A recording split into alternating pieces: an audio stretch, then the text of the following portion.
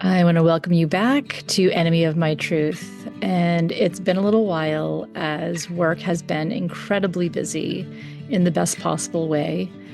And I have really been trying to balance everything. So thank you for being here. Thank you for your patience. And thank you for continuing to show up and support the podcast. And honestly, I couldn't think of a more beautiful conversation to return with, because today I'm sitting down with someone who is not only a dear friend of mine, but somebody who has deeply inspired and mentored me in the world of astrology. My beautiful friend, Laura Brogan of Cape Nettic, Maine. Today, we're going to be talking about our journeys with astrology, our love for astrology, and how this incredible language of patterns, timing, energy, and self-understanding has impacted both of our lives in such profound ways. Astrology has actually been a part of my life since I was very young. I can remember being about 14 years old, reading my mother's Linda Goodman's Love Sign book, and being completely fascinated by it. I always wanted to know more. And from there, I started reading astrology books on my own and getting natal chart readings throughout different chapters of my life, and quietly carrying this deep curiosity and love for astrology with me over the years. And like so many things in life, sometimes something calls us to us long before we fully understand why. And I went through life not always thinking much of it outwardly, but always feeling deeply connected to astrology and really fascinated by the insight, validation, and understanding it could bring into my own life and that of others. Then Laura Brogan came into my life, and the next chapter unfolded for me in a way that was so incredibly powerful. They always say when the student is ready, the teacher arrives. And Laura truly arrived in my life at exactly the right time. Through Laura's teachings, guidance, friendship, astrology really began opening up for me on an even deeper level, and really beautifully weaving itself alongside the intuitive and psychic work that I already do. And for some of you listening, you may not know that I am now beginning to slowly step into offering very, very limited intuitive astrology readings for clients, including natal chart readings and astrology couple readings through Synastry. These sessions will be offered in a limited basis in person and via Zoom. And I honestly could not be more excited about this. And I also want to say that I will absolutely still continue doing my intuitive psychic work, which is such a huge part of who I am and the work I love so deeply. Astrology just simply feels like another beautiful layer that complements and enhances the intuitive work that I already do. And to me, astrology is just another incredible tool for really understanding ourselves more deeply, recognizing patterns, validating experiences, and helping us navigate life with greater awareness and compassion. It so beautifully also complements intuitive work and the deeper emotional and energetic themes that so many of us are trying to understand within ourselves and our relationships. And that's what really drives me to offer this. And I also want to say, for those of you who feel called to work with Laura, we'll be placing her information in the show notes so you can join her waitlist as she begins opening appointments again, and also through her work with yoga. We'll be placing all of that information again in the show notes. And for those interested in working and booking an astrology reading, you can head to my website and send an email to Ann at Ann Donnell with the subject line astrology. and we'll be happy to get back to you regarding availability and scheduling. And, lastly, I'm just so excited to have you be a part of this conversation today, because this is truly how Laura and I have been communicating for years through long voice texts, deep conversations, sitting together in person, talking about life, patterns, astrology, spirituality, relationships, and everything in between, while raising our children and having our families these last 12 plus years of friendship. So really getting to share a piece of that with you all today feels really, really special to me. And I'm so honored that Laura took the time to be here today to share her journey. And again, just excited to share this conversation. So grateful to continue learning and growing in these beautiful teachings of astrology alongside all of you. So with that said, welcome, Laura, and let's dive in. I am so excited today to welcome my dear friend and colleague, Laura Brogan. Laura came into my life probably, 14 years ago, roughly. Is that about right, Laura? 12, 14 years ago? Yeah. I think 2012, 14 sounds right. Yeah. And I think one of the first things you said to me when we met, you made a comment about the Neptune transit. And it was the first time in my life that I had always studied astrology. Linda Goodman's books were on my mom's bookshelves, and going even beyond the horoscopes, but always would do my own studying of astrology. And when you came in, or we met for the first time with that language, I just stared at you and something clicked. And I said, "Tell me more." And it was an unspoken language, and knowing that I just knew you. And from there, everything kind of blossomed. And here we are almost 12 years later. So, Laura, welcome. And so glad to bring you aboard today on this and really talk about your journey with astrology. Um, and I want to just ask if you can, let us know a little bit about who you are, and at some point take us back to when you were first introduced to astrology. Hey, Anne, it's so good to be here. Thank you. And yes, I remember that day very well. And there was just that instant connection. Um, I'm Laura Brogan, Laura Breen Brogan, and I live here in Cape Nettic. I am a yoga teacher, a mother, a wife, a surfer, and I am an astrologer.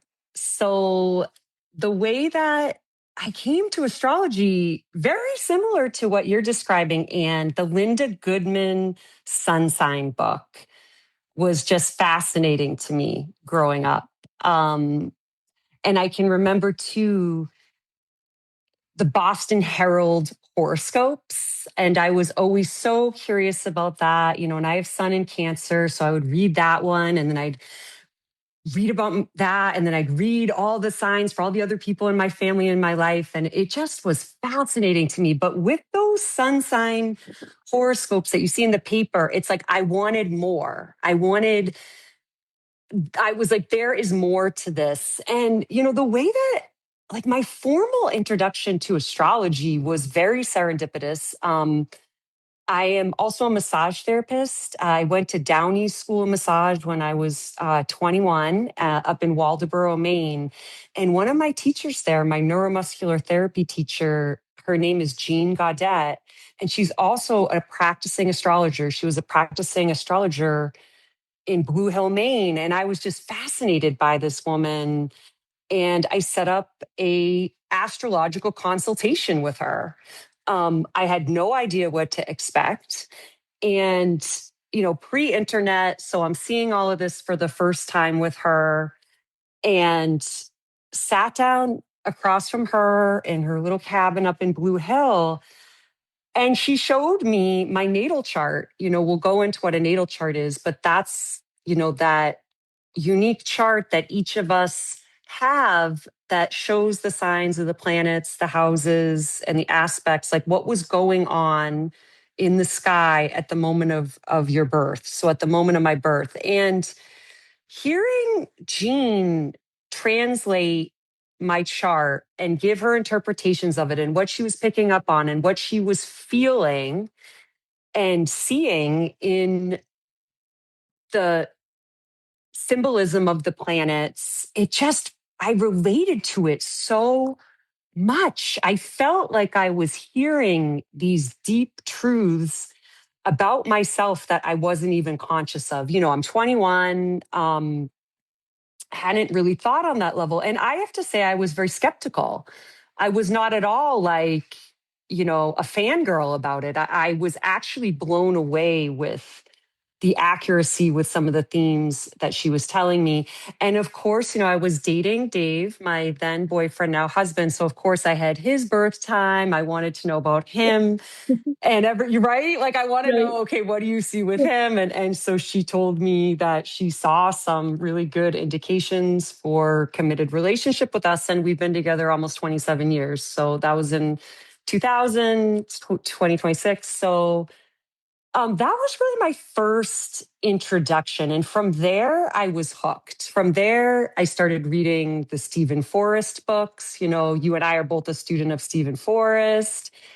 And then Stephen Arroyo. I had the Isabel Hickey, the Astrological Mandala, and Dane Rudyer, you know, reading all these masters and sort of on that self taught trajectory for a while.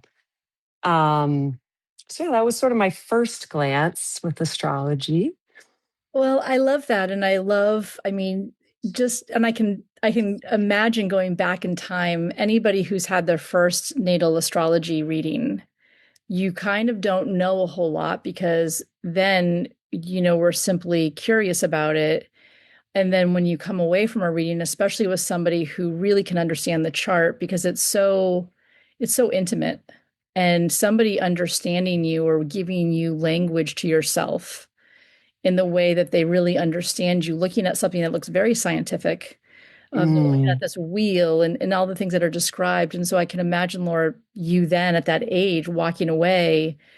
But it's almost as though like your soul was getting ready for something, like it was an introduction to what was to come, and feeling that intense connection to understanding it. So you're in your early 20s, going through massage school, stepping into that career mm. path. When did you start to dive into it for yourself?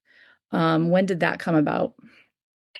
Good question. So from there, you know, got married, had a couple kids, and then I met Eileen Prescott, who was my next mentor. And you know, the first time I had an astrology reading with Eileen, and she lives out near me here. And she married into my family. This is how the connection was. Like, I'm interested in astrology, and all of a sudden, there's an astrologer in my family. This Eileen is just such a lovely, lovely Aquarius, you know, very, very gifted astrologer. And,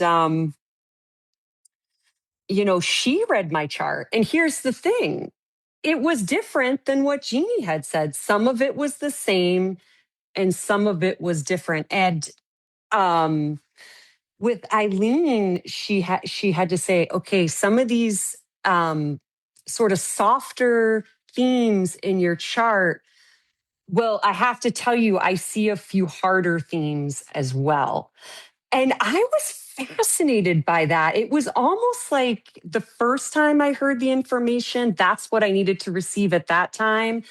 And then a few years later, several years later, I was ready to hear a little bit deeper interpretation of the chart. And I just want to touch on that about the two different interpretations too, because like as astrologers, um, we are looking through our individual lens, our intuitive lenses based on this science and this ancient art of astrology. but we all see things differently. The way that no two massage therapists are the same, no two painters are the same. It's like there is this interpretive quality, and this flow that happens when you're working with an astrologer. So from there, I started studying with Eileen quite a bit. I started doing my own charts, and I often would call her or email with her and get her feedback on how I was seeing things. And then she sort of took me through school in a lot of ways, started teaching me about, the different planets, the different house aspects, looking at the nodes of the planets, looking at different charts together and looking at my chart in relation to other people's charts. And then, something that she said to me that has always stuck with me is just study your own chart again and again and again and again. And that getting to know myself better, we get to know ourselves better, and more is revealed over time. And then from there, I had a massage therapy practice, a Reiki practice, and taught yoga, taught meditation. And it was a natural progression to start offering astrological charts. So I was offering them at my massage practice in downtown York. And then I started offering at Blue Tree Reiki at your practice. You brought me in and we did a few classes there. And it's just sort of been a growth trajectory since then, and I never tired of learning. You and I are in the course with Stephen Forrest right now. It's like there is just always more to expand on and learn. So Yeah, your teacher, and I'm gonna bring it back to you, Laura, because you're my mentor.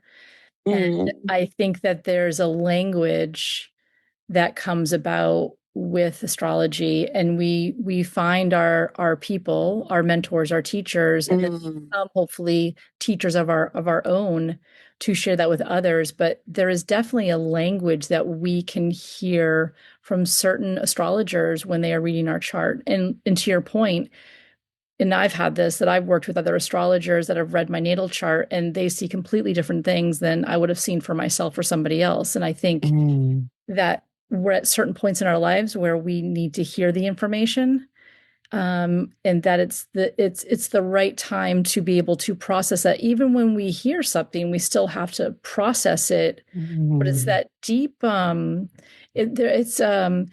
it's its own language. And when I mean, Laura, you are probably the person who inspired me to mm, dive deeper into understanding astrology, and through the various books that you recommend and through evolutionary astrology with Stephen Forrest has been life-changing for me. And I know that I'll send you text and I'll be like, hey, what about this house system? Or what about this? Like, what do you think about this aspect? And having that with somebody, because sometimes it's really important to hear somebody else's perspective about how a chart comes together. And there's so many facets to it. And that's the beautiful thing. And you said to me a long time ago, just keep studying your own chart, Anne. And, yeah. and that part of it was so incredibly important. And then the chart of my children and my partner. Mm. And then you're getting the charts of everybody that you possibly know because, right? Yeah, yeah. And it's so good that you touched on that. So it's like, so what is a natal chart, right? It's like a natal chart is a snapshot of the planets at the time that we were born. Okay. Okay. And it has to do with the place you were born, the time you were born, the date you were born. Why does that matter? Like, this is where the skepticism comes in. You're like, okay, so that's that, but why does that matter? And the answer is there is a mystery to astrology. There are things that have not yet been revealed. I like to think about it like gravity. Like, there were a lot of millennium that people didn't know what gravity was and how it worked, and yet it did work and it was a constant. And so there is a language, like you said, there is a language in the astrological interpretation of the different planets, of the different signs at different times. And why it works is a little bit of a mystery, but it works. And that is something that I feel like everybody has to verify for themselves. Like the best way to do that is to get an astrological reading, get a couple with different people, and start to see if it speaks to you, if you feel that knowing in yourself. And, the way that it really, the way that I want to say astrology sort of proved itself to me was like you said, it was in the charts of other people in my life and how they related to my chart. Because when we look at a chart, when we look at a planet, say we're going to look at, Sun in Pisces.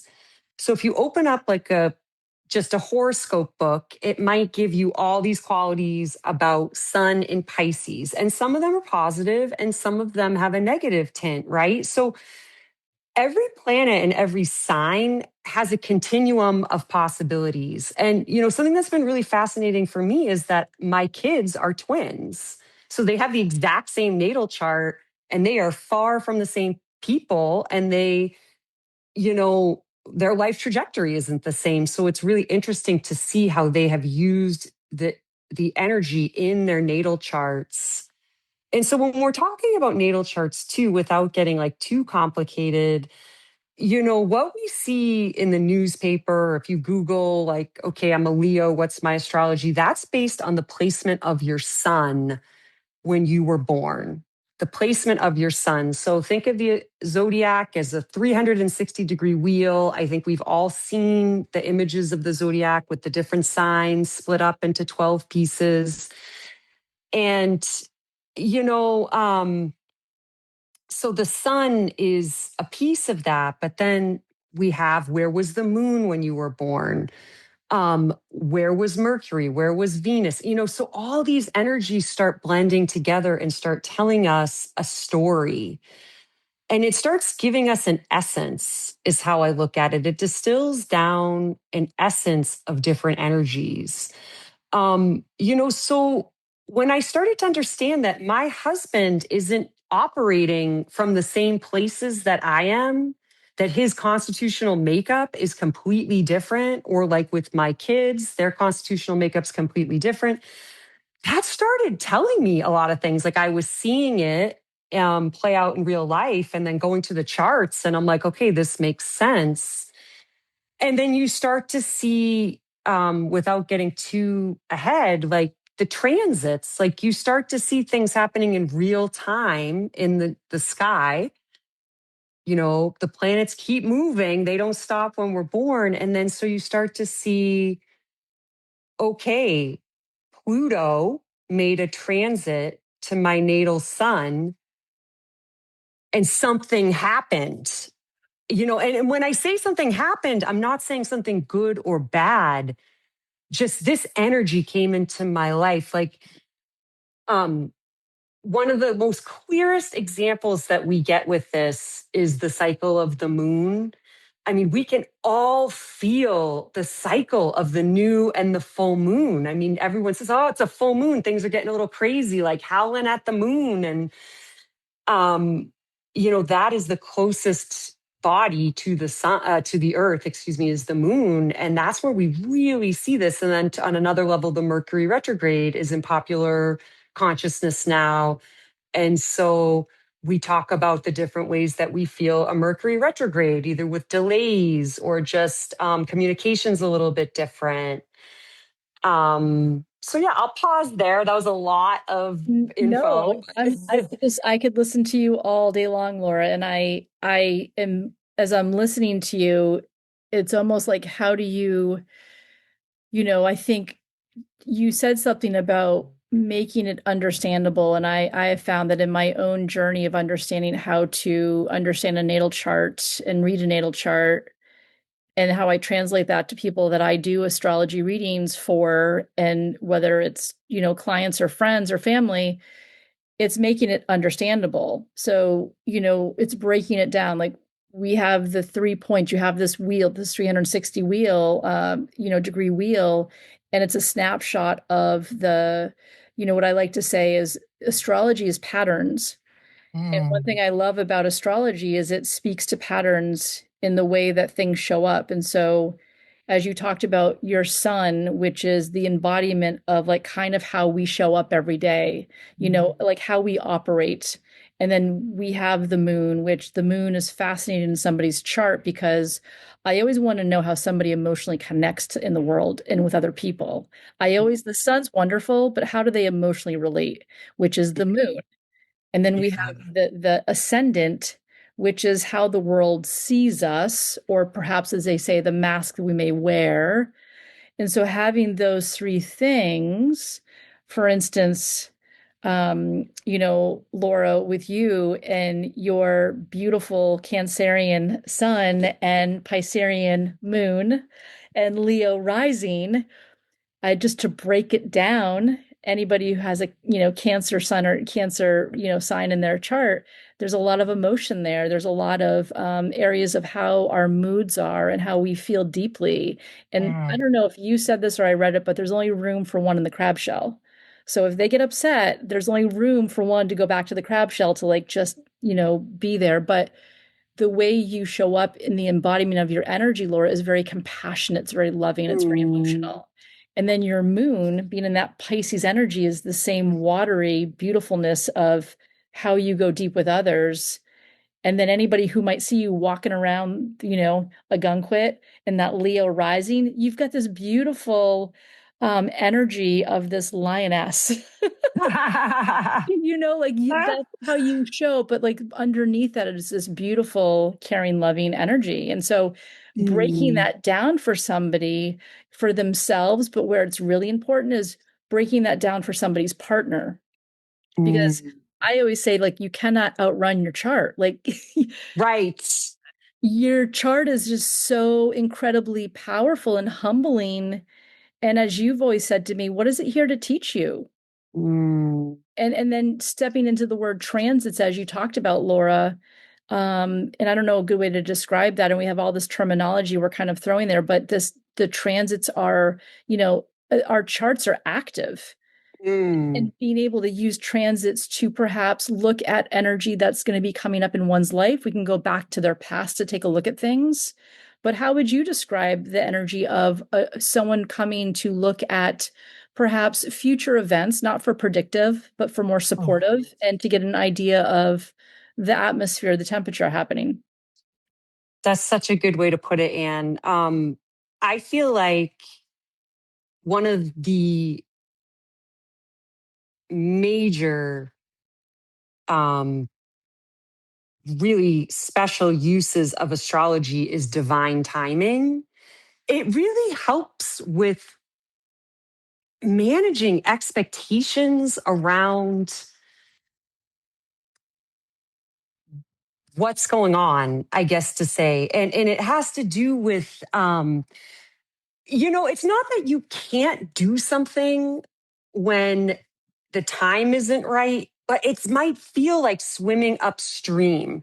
So how do we move through our lives in a way where the energy around us and in our astrology chart is working for us, where it's giving us a tailwind, where we're moving downstream? And that's not that we never struggle. I mean, that's the other piece of it, Anne, right? It's like, I would say when people come to me for a reading, there's rarely nothing up. There's usually something going on in their life where they are asking deeper questions. They are oftentimes people seek astrological guidance when they are at a crossroads. They're not sure about a relationship. They're not sure about a move. They're not sure about a career.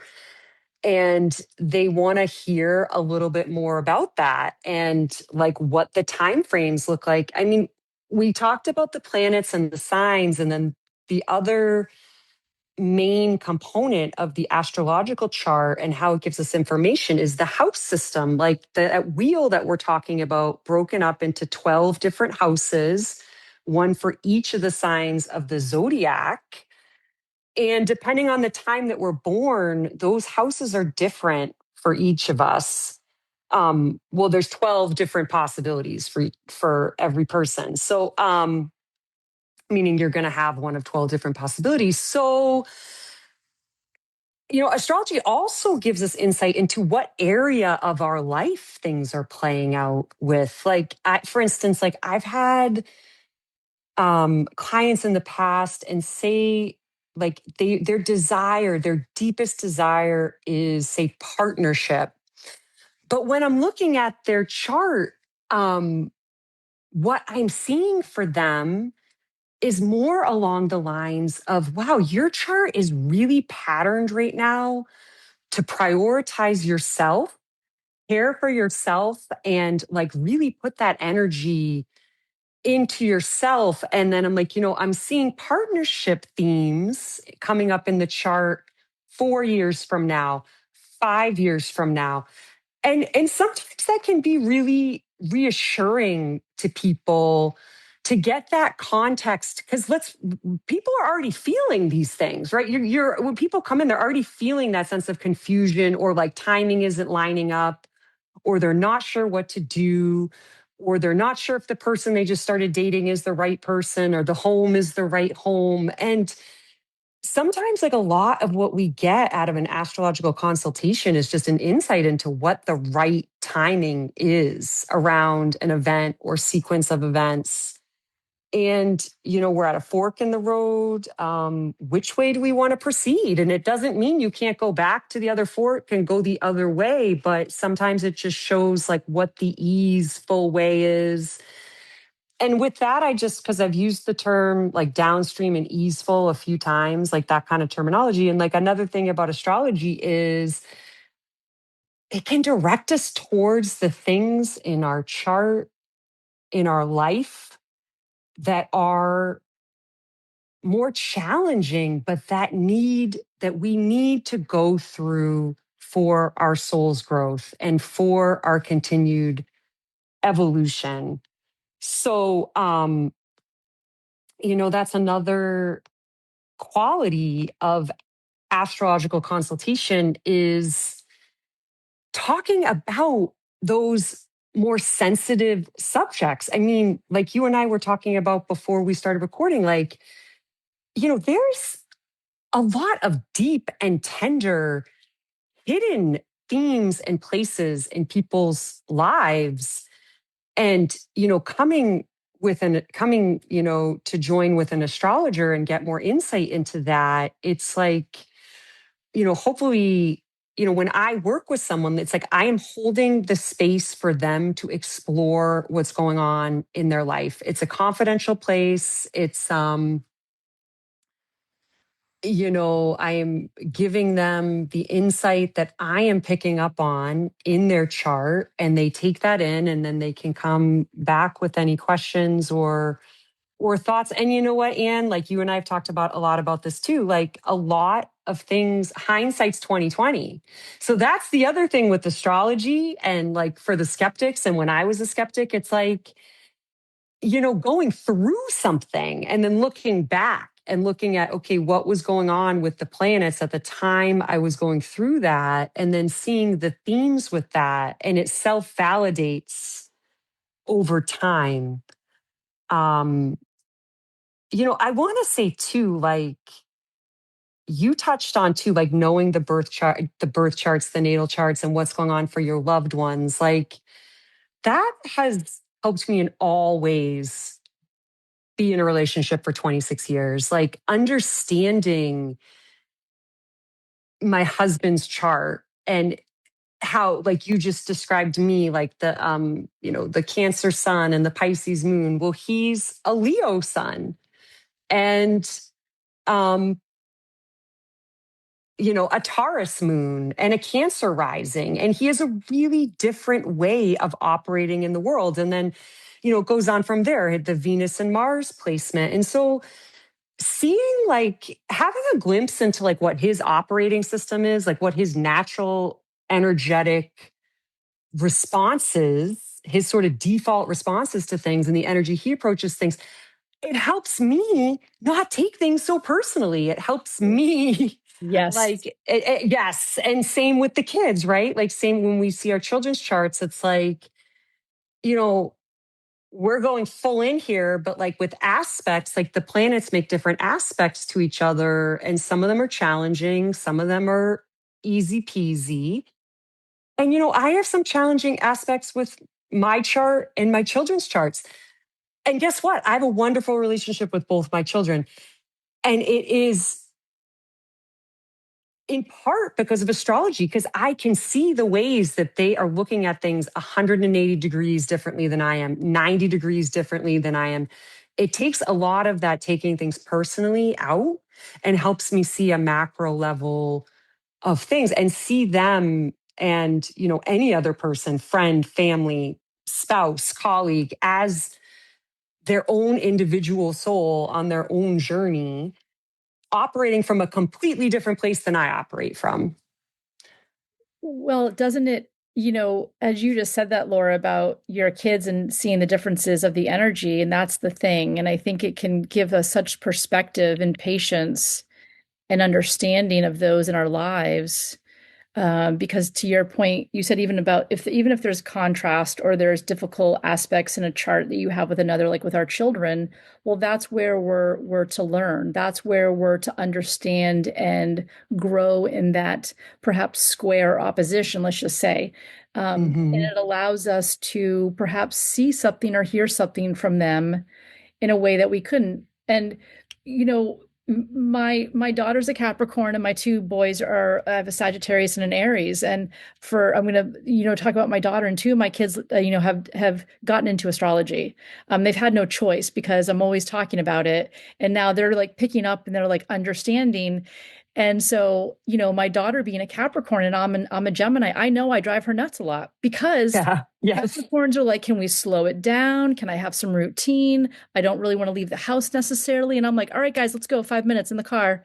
Or I'm just on to the next thing. And I understand that when we need to go somewhere or do something, I'm going to need to we need like 45 minutes to an hour that I'm preparing. And so where I'm like, come on already, let's just go. She cannot be any less of a Capricorn. She cannot be a Gemini. She is a Capricorn.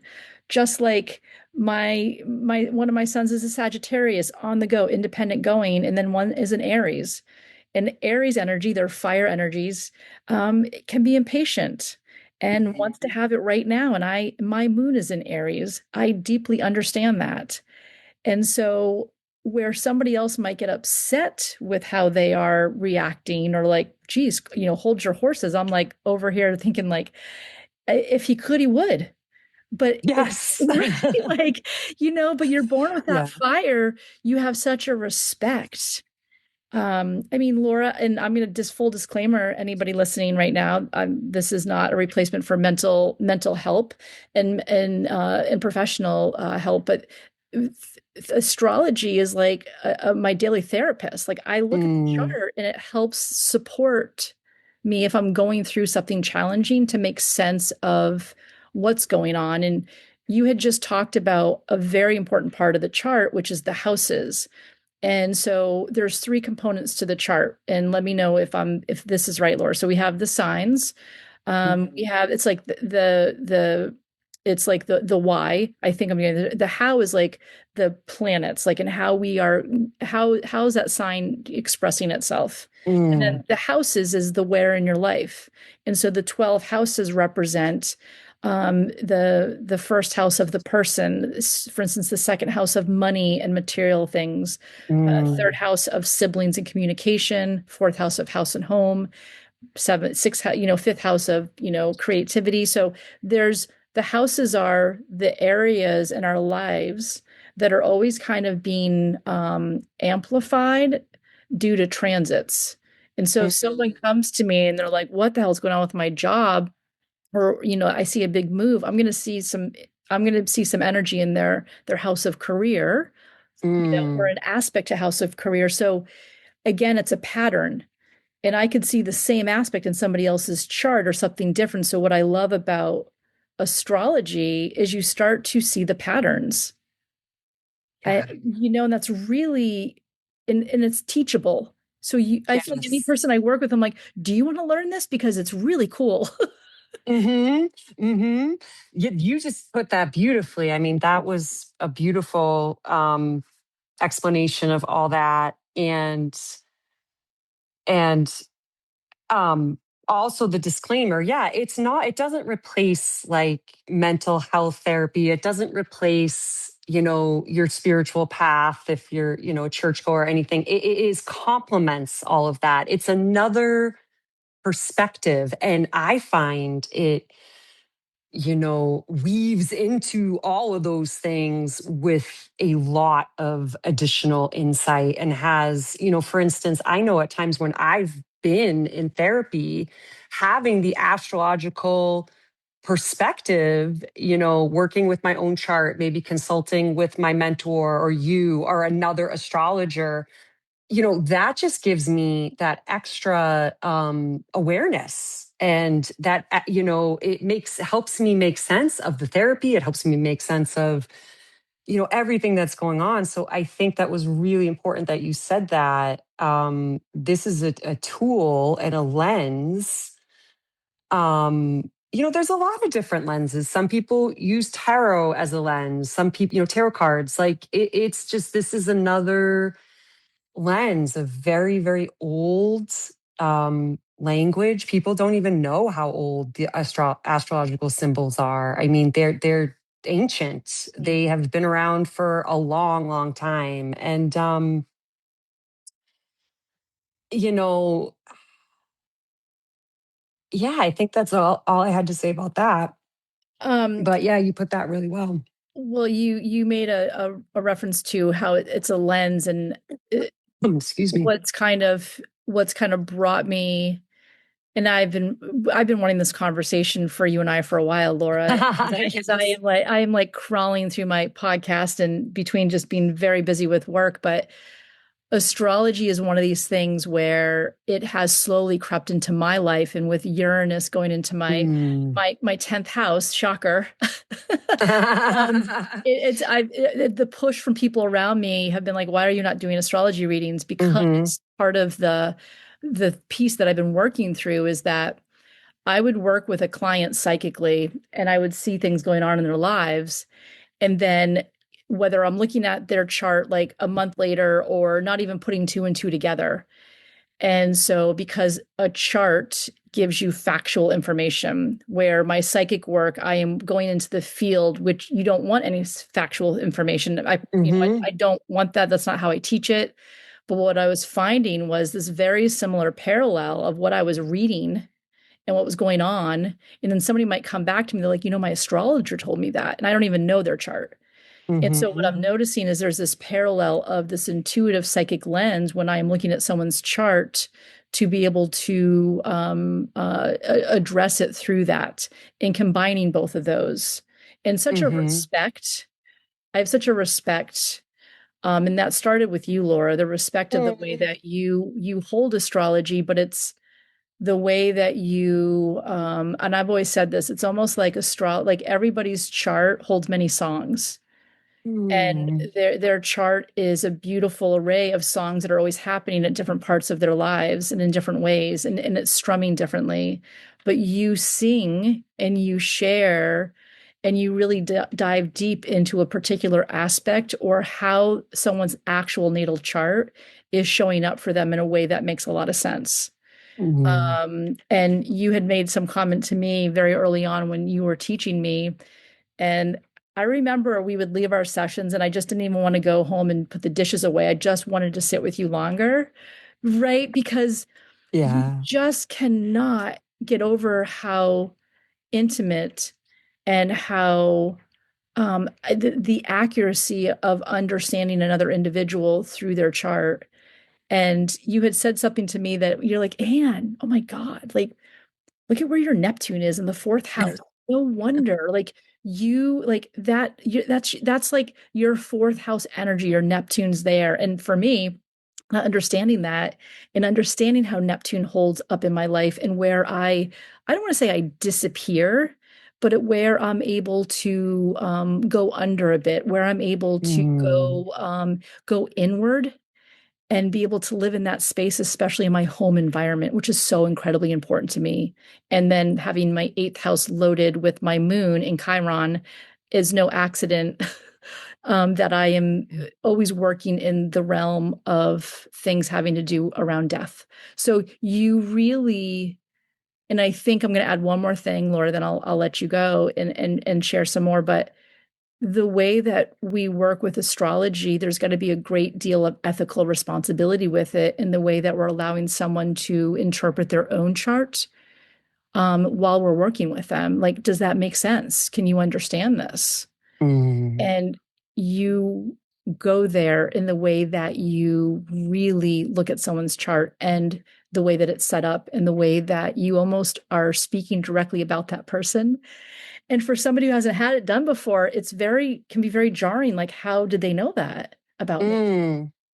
And how do they know that this issue is going on in my life, at my house, my home, or my relationship? Because your chart will show that many times. Go ahead. Yeah, no, that was absolutely 100%. You hit on a lot of things there. I think in terms of the intuitive bit too, there is, you're an intuitive, I am intuitive. Like, there is an aspect of it where the intuition comes in guiding me in knowing what to say, Yeah. like knowing what aspect to bring forth and what to say to that person. That's where the intuition comes in. And then to your point, the chart is its own science that has its own blueprint. But yet somehow those things completely line up together. And I think I shared with you recently, like I was talking to someone who had asked a question about a family member's chart, and I just riffed on it. Like I didn't even, I hadn't meditated on it. I hadn't sat with it for days. I just like pulled up the chart, looked at it, and we were just sitting around hanging out. And I just told them what I was seeing for themes, energies, and things going on for this person. And she just looks at me and she's like, my intuitive told me all those same things. And I had never met the person she's talking about. I had never sort of tried to intuit into them. And I wasn't trying to intuit into them as I was reading their charts. So, I mean, they do really marry well together. And along those lines, along like another caveat is if you ever go to an astrologer and they're like, this is going to happen in 2027 because you have sun in this, and then you're going to have adversity here, but then you're going to win the lottery there. Run away. Run away. Run away, right? Like that is just not what astrology is. That is not where we're at. It's all potentialities, possibilities, what the energies are. And then there's the free will. There's the what do we want out of our lives? Like, but you touched on something too about the Gemini quality and then the Capricorn quality with Gracie. And it's like,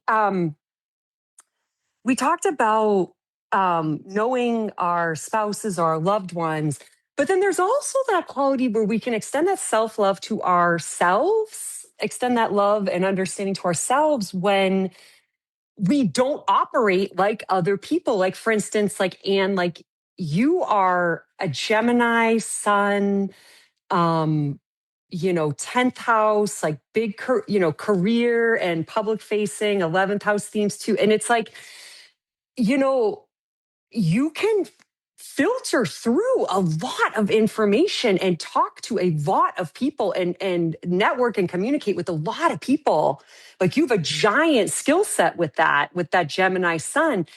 And so it's important that someone who's not like like I have sun in 12th house, like I get like super introverted and I'm like maybe get overloaded and overstimulated. And it's like, so I know how I have to calibrate my energy in terms of working outwards. And it's like astrology and knowing ourselves gives us that permission to love ourselves in the way that we came in. Yes. And to not expect to be, it's like coming in as a zebra and not expecting to all of a sudden be an elephant. It's Ooh, like, you know.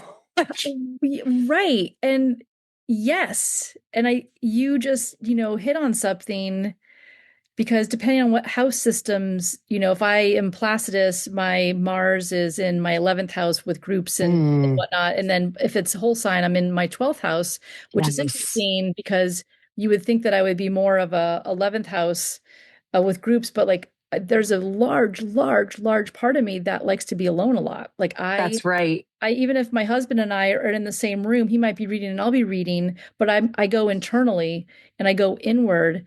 But for you, Laura, like having that internal essence, it's also why you understand what's going on around you with others. Mm, You will identify something on a chart, and I've listened to you, and you'll be like, that must have been really, really hard. Like really, mm, because your son is in that 12th house that is so that inner life that can be sorrow and sadness, but the understanding and having your son there in the 12th house and how you show up in that way with the flavoring and the essence or the fabric of being a Cancer, right? It goes yes. so beautifully to understand the emotions of others and yourself. So Yeah. again, And, yeah, go ahead. well, I was going to say too, when you just touched on something that deeper level and why we go beyond the sun sign astrology that we see in the newspaper or on, online, um, because we're multidimensional here. Like I just said, we talked about your sun in Gemini, but then you have this other component, Mars in 12th house.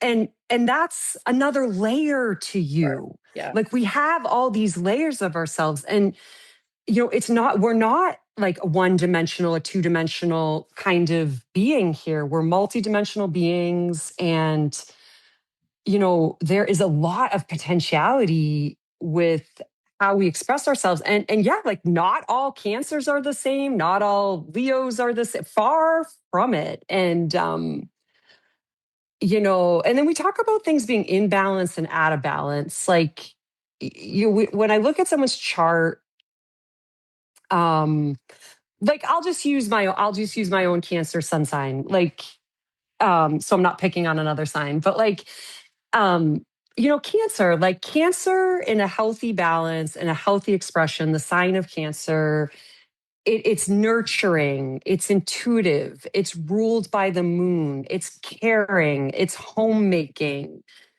it's mothering. Those are healthy expressions of that Cancerian energy. Unhealthy expressions that hold us back, that might cause conflict in relationships of a Cancerian energy would be things like um, we're clinging, we don't want to let go. We're like the crab, the crab is a sign of the Cancer, and it's like you want to hold on, or you want to just retreat and not let anybody in. And I'm not talking about knowing about yourself that you need a little bit of extra space, but that sense of like shutting everybody out because you're uncomfortable and hypersensitive. Cancers can, and especially, Pisces and Cancer, there can be that sense of feeling bad for oneself or just getting you know, stuck in the feelings and instead of like getting unstuck from the muck and finding that forward solution. So I feel like, astrology gives us the full spectrum of the energies in the chart so that we can leverage them and work with them, not to be like, oh, I'm a Cancer, oh my gosh, I was so clingy or something, but to be like, okay, I have all these potentialities. How do I turn that tendency towards maybe holding on too long to a healthy letting go in a way that I still feel nurtured? It's that reframe. We get that action, we get that possibility of a reframe and working with the energy in a different direction. I mean, think about it on a physical level with our bodies, right? We come in a body and there's a million different trajectories that things can go in. I mean, we can feed ourselves a certain kind of food, live a certain kind of way, feed our mind with a certain quality of thoughts, and we're going to end up one place, or we can do the complete opposite and end up in another place. It's like it's just like that. You can see things like identical twins separated, and then they come years later. It's like one's lived this, healthy life, another unhealthy life, and here they are. They don't look anything alike. It's like there's a similarity to that with the charts too. It's like it gives us a starting place, but it does not tell us where we're going to end up. And it just shows us some of the potential energies that we can um, leverage along those lines. We had talked before too about like astrology in hard times. Like I just had a few kind of challenging years. I'm going to share honestly, like I had a stroke that I fully recovered from. Um, my father got sick and passed away. I had a sudden loss of a close friend. And all those things were incredibly challenging, but there was so much grace and comfort and orientation in knowing what was going on with my astrological chart at the time. I had this heavy Pluto transit on my sun, and I was going through these deep, dark, heavy things. And Pluto, And not to interrupt, but yeah, yeah, no, do it. Pluto represents, I'll have like, Yeah, like, yeah, death, going deep into that psychic basement, things exploding from down deep that you're trying to keep hidden, uncovering things. Like it uncovered something about my health that I needed to address when I had the stroke. And if you see Pluto coming in your chart, don't be scared. It's nothing like that. There's potentialities with everything, but it's also like knowing the astrology of that, and I could see the timing of the transit. I could see that it was finite. I could see that I was in it. And now I'm on the other side of it, and life feels a lot easier. I'm just going to say it. And so having those astrological contexts at the time really helped me understand that I was on a hot seat of sorts, but that I wasn't alone and that I had the tools to navigate it. you did, and it was it's been a very challenging several years for you, and sharing that. Thank you, because I know what you have been through with that, and where Pluto was transiting, in your sixth house. So you start to like line things up, but it's as though the chart can support us during those times to make sense of like, oh, this kind of makes sense right now. But also, Laura, watching you and witnessing you go through those experiences and witnessing you on the other side of it.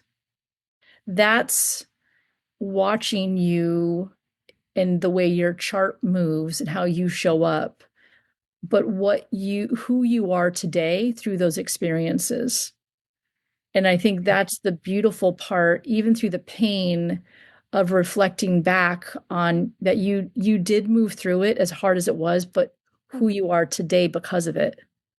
Mm, yes, and 100%, 100 million%, because we all go through hard things, right? It's just how are we going to move through it? What tools are available for us? And, astrology can be that one of those tools that gives the perspective and it also can show the antidote to things. It can show when you have challenging things in your chart, there's usually something that's not challenging. And so it can show, hey, I'm having a Venus, you know, progression in my house of, art and creativity. And I'm doing all this creative stuff while I'm going through. So, there's, it is not all challenge. It is not all ease. It is life on life's terms, the life that we're in here on Earth School, and just that other lens to look through things. I want to just touch briefly too on getting away from the natal chart, like getting away from the personal chart of each individual.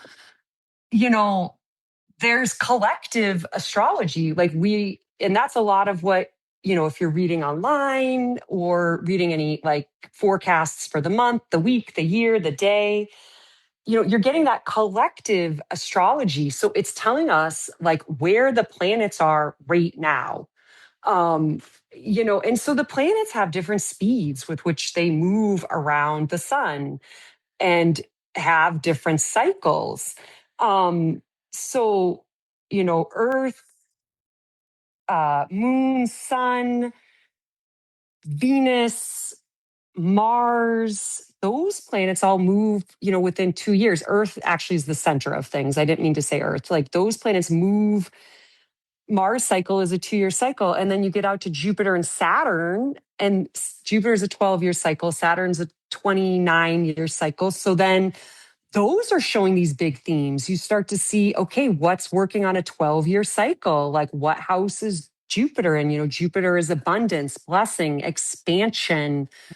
And on a negative, um, if you go on the negative of the continuum, it can be like overdoing, like, gluttony. Like it can be all different expressions. And then so like I want to go out to to Uranus, Neptune, and Pluto. And I hope we're not leaving any listeners behind here. Like just hang with this. These planets, like Uranus makes an 84-year cycle around the sun. And so earlier this year, Uranus moved into the sign of Gemini. So we're in this whole new era of energy with Gemini Uranus for like the next 8 years. And it hasn't been in this sign for 84 years. And what is So that? like this, What does that Uranus energy represent? yeah. So the Uranus energy is it's that innovative, out of the box energy, look for things changing. It's got that electricity about it. Very disruptive. Very disruptive, and we're seeing a lot of disruption, on the world stage, and without taking it in any specific direction, like old systems crumbling, Yep. new things being put in place. Like you and I have even talked about, like, love it or hate it and mixed feelings about it for most of us, like AI coming in with Uranus and Gemini, that artificial intelligence, coming at this time. And then so we have Uranus, then we have Neptune, is this planet of spirituality, compassion, merging on the wrong or on a negative track. It could be like escapism, addiction, all these different things. So when we've got Neptune in Aries, a fire sign, and then we've got Pluto in Aquarius, an air sign. So like we didn't talk about the qualities yet, but there's 4 elements in the zodiac. So there's earth, water, air, and fire. And even if you don't know anything else, just knowing the elements of what's going on can give you a lot of insight. Like we have moved out of an era that has been predominated by earth and water energy. That's for everybody. That's not just like, Collectively, that's not, that's the collective. That's right. And so, we've had Uranus, Neptune, and Pluto, and those are really Pluto takes 244 years to go around the sun. Ditto Uranus, ditto Neptune. And so, these are energies that move slowly and change slowly, like generational changes. And so we have changed signs in all those 3 planets in the last couple of years into air and fire signs. So we're moving as a society in a completely different direction. Things are speeding up. Think about air and fire and them feeding into each other. And again, with that Uranian energy and air sign Gemini, things are moving quickly. They're changing quickly. Yeah, wherever Gemini is, anybody listening, and wherever Gemini is in your chart, and you can, take a look. There's many softwares out there that can help you. I think astro.com is one, and deist. I'm going to say that correctly. Yeah. They're free online charts, but wherever Gemini is in your chart, There's going to be a different version of yourself 7 years from now, right? Like if you go back to the last 7 years and where Taurus was in your chart, I always say, look at where you were 7 years ago and how much you have changed. And Laura, you're talking about the outer planets, and I tend to gravitate towards longer transits. I tend to share with people the more challenging transits where the easier ones are fine. And maybe I will be adding that more into my readings that way. But the ones that are challenging, I like to talk about so we can be prepared. So it feels like it's not coming out of left field, but we're gonna have to do another podcast because I want to talk about, I that don't. like we break down, maybe we talk about the actual chart itself and break down the houses, and, I mean the signs, the planets and the houses, because to your point, the elements and how they show up in our lives helps us start to break down where you can understand how an Aries shows up versus a Scorpio versus a Capricorn versus an Aquarius or a Cancerian. And so you start to really understand how people work and it helps support you. And you had made a comment a while back, and I wanted to say something about the shadow sides of our signs. And I love the way you explain because you are so incredibly intuitive, Laura. The way that you share and know beyond what is just shown and through that Cancerian energy and stepping into that intuitiveness. And I know a lot of Cancers that are very, very intuitive that don't step into that, but they want to. But when you don't, or you're not using that in your work, how does that start to feel? Mm. And so the other side of that is that suppression might be anger, might feel frustration of not really stepping into the qualities and the energy that are the light side of that versus the shadow. And the shadow's here to teach us, right? Like every time, like I'm Gemini and finish your work. You follow through with something, Gemini. Like just shiny objects can stay over there. So we have our own stuff. And I love that you shared that because we can be really hard on ourselves Mm. in the aspects of how we show up through our signs and through our sign. So yeah, go ahead.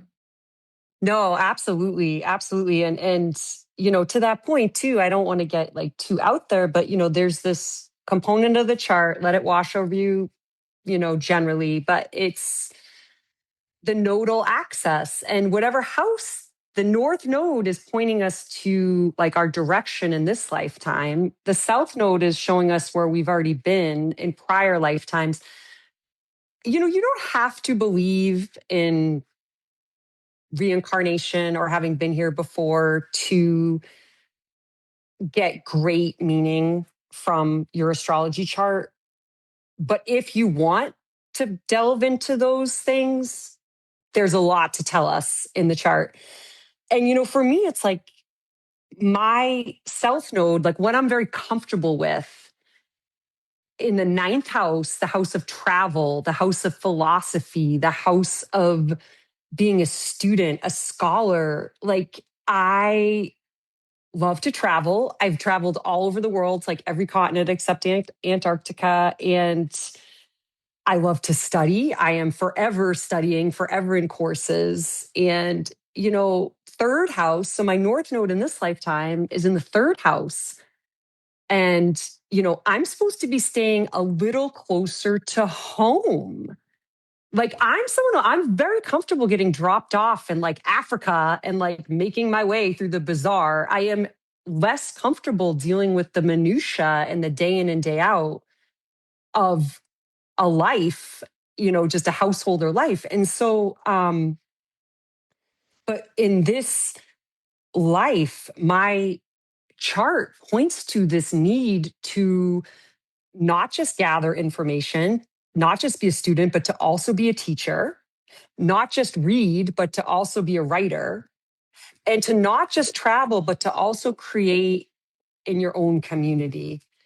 Um, so knowing that, and I was told that by Eileen, my second teacher there over 20 years ago. And that has been amazing guidance for me. That has helped me stay the course with not picking up and moving to a different continent every couple of years. Because, at the end of the day, there's nothing wrong with that, but that would not be deeply satisfying to me. That is for some reason not where my evolutionary growth go is in this lifetime. And I do believe that we are all, I don't actually believe that people want the easiest life possible. I think people want a sense of fulfillment, to get to know themselves better, to know why they're here on the planet, what they're doing, what a good direction is for them, what is going to give them that sense of growth and fulfillment, and to feel like they're on the right path, more than they just want ease and comfort. I don't think astrology can show us where there's ease and comfort, but most of us aren't going to choose that. Most of us are going to choose the expansive piece. And whether we want it or not, right? And Right. to your point, and as like I said, we will definitely break this. We'll come back and maybe explain more aspects of the chart. But again, North Node is what we're here to kind of step into and to get more comfortable with. And it's here to probably make us a bit uncomfortable.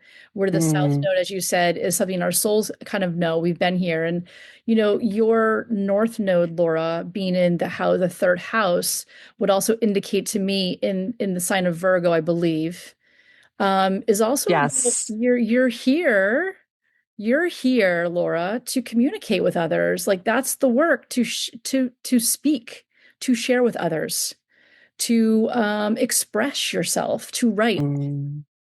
And so, in that Virgo way of analyzing, of being, there, and I would say, okay, with that Virgo, does it have to be perfect for you to publish it? Does it have to be perfect for you to share it? It's such my challenge, Anne, right? It's Right. such my challenge. I will, like, kind of how you were just saying, oh, my Gemini just finished something. Like for me, with Virgo on my North Node, and then I have Venus and Mars in Virgo, like it is, I want things to be perfect. I want it to be a perfect expression of what I'm trying to say. I want it to hit you and have you understand it perfectly. Am I being effective? Am I, so I can, part of my work is to find a balance with that and to get comfortable with putting myself out there in the form that it is. But I do, to your point, I do feel that higher calling of speaking and sharing and And you teaching. Well, with your Mars, you're supposed to take action there, right? Like it's a lot of like it's okay. Let's Yeah. do that. Let's go there. Yeah. But Yeah. I think, as you're sharing this, and this is just one aspect as we're looking at someone's chart, and just simply sharing something like that, or really looking at one area of someone's life, it's letting them kind of sit with that. And you're seeing them, as you said, they're multidimensional. And I think that's the beautiful thing about a chart, that there's just not one fixed point and nothing is absolutely fixed. And if something does feel really fixed within the way it's showing us, there's ways to work with that because nothing is ever fixed, unless we allow it to be. And so utilizing that and interpreting the chart, and I think also working with several astrologers to see it through their lens, I think is extremely important because Absolutely. it helps you understand yourself more. And those that want to go on to perhaps be astrologers and step into that course of study, it lets you understand who you really resonate with and the way you want to interpret the chart and different chart readings and different house systems. And, there's different degrees of that. So, yeah, Laura, I could just, we could just keep going and going. But I think at the end of the day, I am so inspired by it because you were my first teacher. You will always be my teacher. I will continue to be a student of astrology, even when I go on to you know give readings to others. I think and I don't know for you, but I'm constantly learning every day about reading a chart for myself and others, and I will never have it all done. I will never know it all, and it's continuing to be grateful for we have this tool, and that's the gift. Absolutely. Same. I learn every day. I love being a student of astrology.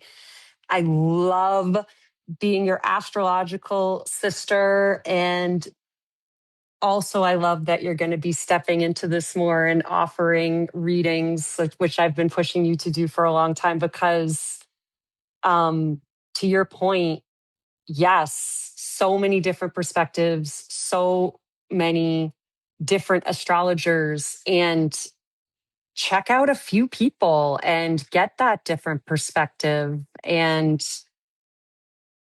learn more about yourself and your world. And yeah, yeah.